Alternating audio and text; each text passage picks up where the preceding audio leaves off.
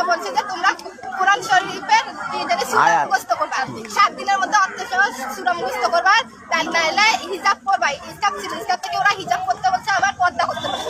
তাই পর্দা না করলে তোমাদের শরীর মেয়েরা ছেলেরা দেখতে পাবে গাল দেয়। ক্লাসে আবার স্যারেরা বাজেভাবে আমাদেরকে গালি দেয়। তোর ক্লাসে কি বলছে?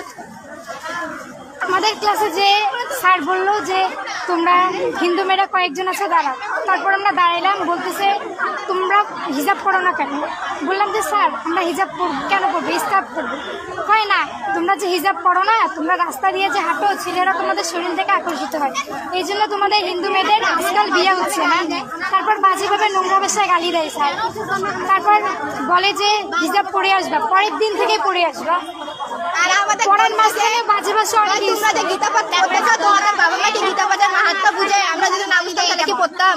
ওনার কথা আমরা গীতা পাঠের মাহাত্ম্য বুঝি না, আমাদের বাবা মাও বুঝে না। শরীরে হাত দেওয়ার যে একটা বিষয় উঠছিল, এটা কি সত্যি?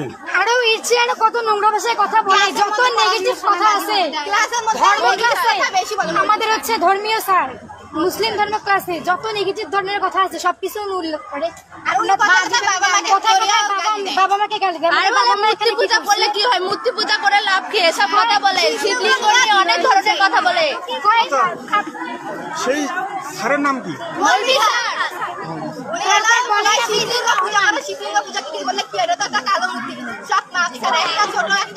তারপর বলে তোমাদের মা বাবা কখনো গীতা পড়ছে? তোমরা গীতার অর্থ জানো যে গীতা পড়তে চাও? অথচ অ্যাসেম্বলি তো ওরা কোরআন শরীফ পড়ে, কোরআন শরীফের অর্থ পর্যন্ত পড়ে। যেখানে অ্যাসেম্বলি 15 মিনিট হওয়ার কথা, সেইখানে 20 মিনিট ভাষণ পর্যন্ত করে।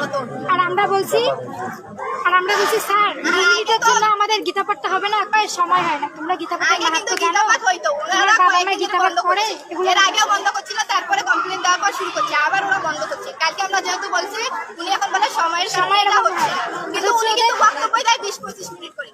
অথচ কোরআন শরীফ বলে, তারপর হচ্ছে একবার আমাদেরকে বলে 1 সপ্তাহের মধ্যে কোরআন শরীফ তোমরা মুখস্থ করে আসবে, নাহলে ছেলেরা তোমাদের শরীর দেখে। এই জন্য ধর্মীয়